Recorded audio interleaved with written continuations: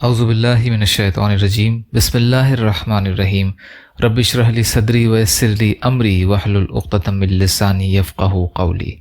بکھرے موتی دوسرا حصہ۔ 6 چیزیں ظاہر ہونے سے پہلے موت بہتر ہے۔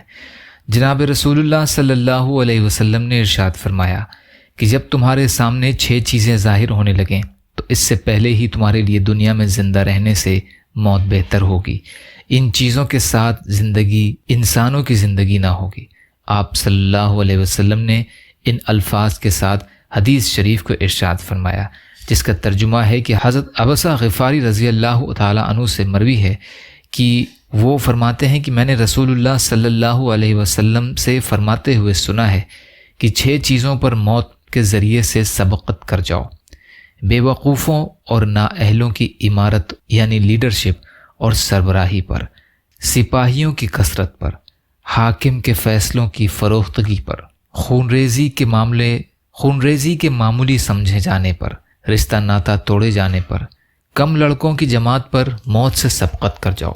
جو قرآن کریم کو گانے بجانے کی چیز بنا لیں گے، لوگ ان کو گانے کے لیے پیش کریں گے تو وہ راگ اور گانے کی آواز میں قرآن سنائیں گے، چاہے وہ ان لوگوں کے مقابلے میں عقل اور سمجھ کے اعتبار سے بہت ہی کم کیوں نہ ہو۔ مسند احمد کی روایت ہے یہ۔ اس حدیث پاک میں جناب رسالت مآب رسول اللہ صلی اللہ علیہ وسلم نے 6 قسم کی تباہ کن چیزوں کی پیشن گوئی فرمائی ہے، جن سے امت کا حال بدتر سے بدترین ہو جائے گا، سماج نہایت خراب ہو جائے گا، اسلام کا پورا حلیہ بدل جائے گا۔ اس وقت کے لیے آپ صلی اللہ علیہ وسلم نے فرمایا کہ ایسی زندگی سے موت بہتر ہو جائے گی۔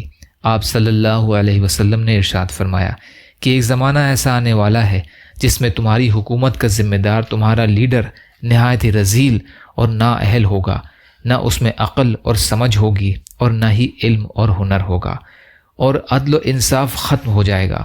تو ایسے لوگوں کے ساتھ رہنے سے موت بہتر ہوگی۔ ترمذی شریف کی ایک حدیث میں آیا ہے کہ آپ صلی اللہ علیہ وسلم نے ارشاد فرمایا کہ تمہارے حکام اور لیڈر تم میں سب سے گھٹیا اور بدترین ہوں گے، اور کنجوس لوگ تمہارے مالدار ہوں گے، اور تمہارے معاملات عورتوں کے مشوروں سے طے ہونے لگیں گے۔ تو تمہارا دنیا میں زندہ رہنے سے مر کر قبروں میں دفن ہو جانا زیادہ بہتر ہوگا۔ ترمذی کی روایت ہے یہ۔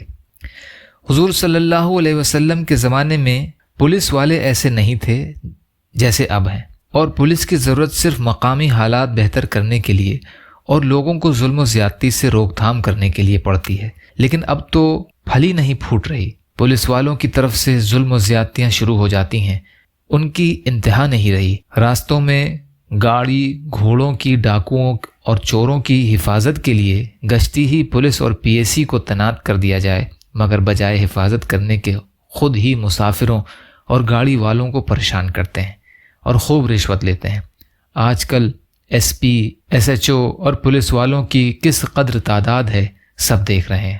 تو آپ صلی اللہ علیہ وسلم نے فرمایا کہ جب ایسی رذیل ترین پولیس والوں کی بڑھوتری ہو جائے تو دنیا میں زندہ رہنے سے موت بہتر ہے۔ ایک حدیث میں آپ صلی اللہ علیہ وسلم نے ارشاد فرمایا کہ معراج شریف کے موقع پر جہنم کے عذاب میں جن لوگوں کو دیکھا گیا تھا، ان میں سے 2 قسم کے لوگ اس وقت دنیا میں موجود نہیں ہیں، وہ آئندہ چل کر پیدا ہوں گے۔ پہلا، وہ عورتیں جو لباس پہننے کے باوجود برہنہ ہوں گی اور راستے میں نہایت سنور کے بے پردہ چلیں گی۔ ننگے سر ہونے کی وجہ سے چلتے وقت ان کے سر عمدہ ترین اونٹوں کے کوہان کی طرح ہلتے رہیں گے۔ ایسی عورتوں کو جنت کی بو تک نصیب نہ ہوگی۔ اور دوسرا، وہ پولیس جن کے ہاتھوں میں جانوروں کی دم کی طرح ڈنڈے ہوں گے اور ان سے غریبوں اور نہتوں کو ماریں گے، ان کو بھی جنت نصیب نہ ہوگی۔ مسلم اور مشکات شریف کی روایتیں ہیں۔ اس حدیث کا باقی حصہ انشاءاللہ کل کی ریکارڈنگ میں۔ یا اللہ ہم سب کو کہنے سننے سے زیادہ عمل کی توفیق عطا فرما۔ یا اللہ مظلوم فلسطینیوں کی، کشمیریوں کی، روہنگیا مسلمانوں کی اور مسلمان جہاں بھی پریشان حال ہیں، ظالموں کے ظلم کا شکار ہیں، آپ ان کی بھرپور مدد فرمائیے۔ ہم سب کو اپنی استطاعت کے بقدر اپنا حق ادا کرنے والا بنائیے۔ یا اللہ آپ قادر مطلق ہیں، آپ کے لیے ہر چیز آسان ہے، ہمارے لیے بھی آسانیاں پیدا فرمائیے۔ صبر کرنے والا، شکر کرنے والا اور اچھی طرح عبادت کرنے والا بنائیے۔